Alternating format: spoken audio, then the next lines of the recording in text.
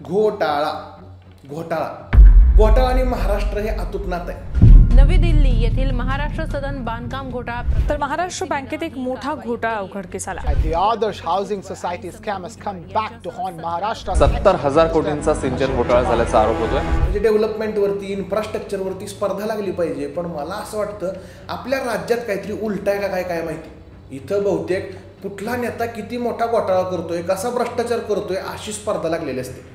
हे असलं सगळं बोलायचं कारण म्हणजे तुमच्या लक्षात आलं असेल, कालपासून महाराष्ट्राचे माननीय उपमुख्यमंत्री अजित पवार यांचे चिरंजीव पार्थ पवार यांच्यावरती एक भूखंड घेतल्याप्रकरणी आरोप होत आहेत. आता हे आरोप काय आहेत, कसे आहेत हे सगळं तुम्ही बघितलं असेल, ते थोडं बाजूला ठेवूया. पण आता या सगळ्यात एक महत्त्वाचा मुद्दा आहे, तो म्हणजे ही जी जमीन पार्थ पवार आणि त्यांच्या पार्टनरनं विकत घेतली कमी किंमत देऊन, ती जमीन महारवातनातली अशी एक चर्चा सुरू आहे. आता महारवातनातली जमीन हा शब्द तुम्ही कधी ना कधीतरी आयुष्यात ऐकला असणार आहे, घरात, गल्लीत, गावात किंवा मग मुळशी पॅटर्न सारख्या पिक्चरमध्ये. पण आपल्यापैकी बऱ्याच कमी जणांना माहिती असेल की महारवातनातल्या जमिनी नेमक्या काय असतात, त्यांच्याबाबतचे नियम काय असतात. तुम्हाला जर एखादी गोष्ट माहिती नसेल, भाव आहे की तुमचा, आज या व्हिडिओत आपण चर्चा करणार आहोत याच महारवातनातल्या जमिनीबद्दल.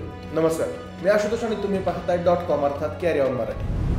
मंडळी, प्रवीण तरडे यांनी गुंडगिरी, गुन्हेगारी आणि जमिनींच्या वादावरती असणारा मुळशी पॅटर्न नावाचा एक पिक्चर काढला होता.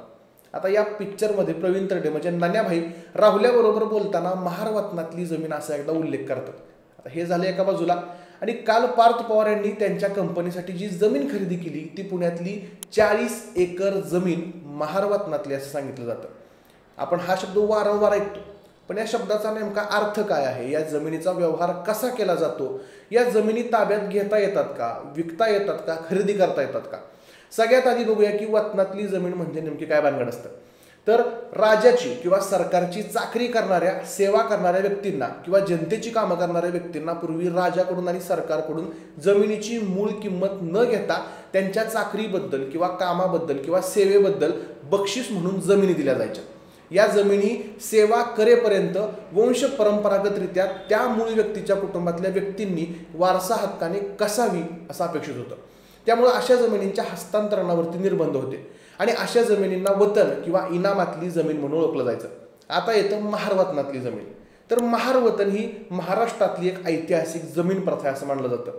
देशाला स्वातंत्र्य मिळण्यापूर्वीपासून जेव्हा इंग्रजांचं सरकार होतं त्यावेळी ब्रिटिश कायद्यानुसार महार समाजाला शासनाची सेवा करण्याच्या बदल्यात मिळणारी वंश परंपरागत जमीन म्हणजे महारवतनातली जमीन. ही जमीन इनाम वर्ग 6ब मधून दिली जायची. वेगवेगळ्या प्रकारचे इनाम वर्ग आहेत. या कायद्यात अशी तरतूद होती की जमिनीच्या बदल्यात महार समाजाला गावातली सार्वजनिक सेवा आणि सरकारी कामं करायला लागायची. पण अशा व्यवस्थेमुळे काय व्हायचं, मोठ्या प्रमाणात शोषण व्हायचं आणि त्यामुळे महाराष्ट्र सरकारने 1958 मध्ये वतन निर्मूलन कायदा आणला. या कायद्यानुसार सरकारने या जमिनी ताब्यात घेतल्या. आता या जमिनी ताब्यात घेत असताना सरकारनं संबंधित कुटुंबियांच्या वारशांना मोबदला दिला. महाराष्ट्राच्या निर्मितीनंतर ही इनामा आणि वतनं शासनानं रद्द केली.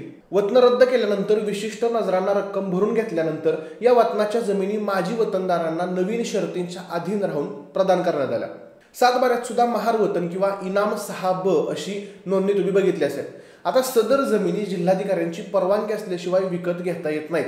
जर अटी शर्तींचा भंग केला तर जमीन सरकार जमा करण्याचा अधिकार जिल्हाधिकाऱ्यांना असतो. जिल्हाधिकारी परवानगी देताना नजराण्यापोटी विशिष्ट रक्कम भरून घेतात आणि हे मूल्यांकन कसं ठरतं तर जमीन कुठल्या वापराच्या कामासाठी होणार आहे त्यावर केलं जातं. आणि विशेष बाब म्हणजे ज्या उद्देशानं जमीन पुनःप्रदान केली आहे त्यासाठीच जमिनीचा वापर करणं बंधनकारक आहे. महाराष्ट्राबाबत विचार करायचं झालं तर महाराष्ट्रात महारवतनातली जमीन सुमारे 2,63,000 हेक्टर इतके. आता महारवतनाबरोबरच माळी वतन आहे, जोशी वतन आहे, कुणबी वतन आहे. मग आता महारवतनातली जमीन असेल किंवा इतर कुठल्याही वतनातली जमीन असेल ती विकत घेता येते का, तर ही जमीन विकण्यासाठी किंवा विकत घेण्यासाठी बहुतेक वेळा तहसीलदार किंवा जिल्हाधिकाऱ्यांची परवानगी लागते. कारण त्या जमिनीची नोंद वतन जमीन म्हणून झालेली असते. आणि जर जमीन विकायची असेल तर काही मुद्दे लक्षात घ्यावे लागतात. एक म्हणजे हे वतन संपुष्टात आलंय का बघावं लागतं. त्यासाठी तहसील कार्यालयात वतन रद्द प्रमाणपत्र मिळतं ते मिळवावं लागतं. दुसरा मुद्दा म्हणजे 7 बाऱ्यावरची नोंद तपासावी लागते. जर त्या जमिनीच्या वर्गवारीत वतन, इनाम किंवा वर्ग 2ची जमीन असा उल्लेख असेल तर ही जमीन विक्रीवरती काही निर्बंध असतात. जर जमीन वर्ग 2 ची असेल तर तुम्हाला ती विकण्यासाठी तहसीलदारांची NOC आणावी लागते. आता काही प्रकरणात जिल्हाधिकाऱ्यांचं प्रमाणपत्र लागतं आणि मग येतो मुद्दा नवीन 7/12 नोंदीचा. यात महत्त्वाची गोष्ट म्हणजे या सगळ्या प्रक्रियेत तहसीलदाराचा अंगठा लागतो, कारण तहसीलदार हे राज्य सरकारचे महसूल अधिकारी असतात. तेच जमिनीचे कायदेशीर दर्जा ठरवतात. जर जमीन इनाम, वतन किंवा वर्ग 2 मधली असेल तर यासाठी तहसीलदारांची मंजुरी लागते आणि व्यवहाराच्या वेळेला प्रत्यक्षात तहसीलदारांचा अंगठा आणि स्वाक्षरी लागते, कारण तहसीलदारांचंच काम असतं हे चेक करणं की जमीन सरकारी मालकीची नाही आहे ना किंवा कुठल्या निर्बंधात नाही आहे ना, आणि शिवाय ती वतन म्हणून जप्त होणार नाही ना.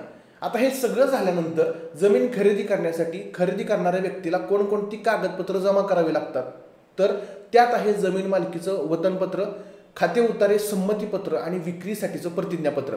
विशेष बाब म्हणजे परवानगी मिळवण्याआधी शेतकऱ्यांच्या काही पट रक्कम नजराना म्हणून आधी सरकारकडे भरावी लागते, कारण ते वतन आहे. शिवाय विक्री केल्यानंतर सुद्धा त्या जमिनीवरती कोणताही दावा नसेल असं ॲफिडेव्हिट सुद्धा करावं लागतं. हा अर्ज तहसीलदार किंवा जिल्हाधिकारी कार्यालयात सादर करावा लागतो, ज्यात काही महिन्यांचा कालावधी लागू शकतो. अशा प्रकारे सगळ्या गोष्टींची पूर्तता झाल्यानंतरच अशी जमीन खरेदी किंवा विक्री करता येते. आता महाराष्ट्रात सगळं रान उठलं याचं कारण म्हणजे प्रथमदर्शनी असं दिसतंय की पार्थ पवार किंवा त्यांचे जे कोणी पार्टनर आहेत त्यांनी या आवश्यक बाबींची पूर्तता केलेली नाहीये, आणि त्यामुळे सगळ्यांच्या मनात संभ्रम निर्माण आहेत की याच्यामध्ये नियमांची पायमल्ली झाली की नाही. मग आता मंडळी, तुम्हाला काय वाटतं? खरंच या सगळ्या प्रकरणामध्ये पार्थ पवारांनी घोटाळा केलाय का? त्यांचा दोष असेल का? दोष असेल तर त्याची चौकशी होईल का? आणि चौकशी झाली त्यात पार्थ पवार दोषी आढळले तर त्यांना शिक्षा मिळेल का? काल तर अजित पवारांनी स्पष्टपणे सांगितलंय की माझा याच्याशी काहीही संबंध नाही. मग ह्या सगळ्यामध्ये पार्थ पवारांची चूक असेल तर मग अजित पवारांवरती याचा काही दोष येऊ शकतो का? तुम्हाला काय वाटतं? तुमची मतं आम्हाला कमेंट्स करून नक्की सांगा. महारत्नातली जमीन म्हणजे काय, ती विकता येते नाही येते, त्याच्याबाबत काय नियम आहेत ते तुम्हाला समजलं का, ते सुद्धा आम्हाला कमेंट्स करून नक्की कळवा. तुमच्या मित्रांपर्यंत हा व्हिडिओ नक्की पोहोचवा आणि असेच नवनवीन माहितीपूर्ण व्हिडिओ पाहण्यासाठी कॅरी ऑन मराठीला सबस्क्राईब करायला विसरू नका. धन्यवाद.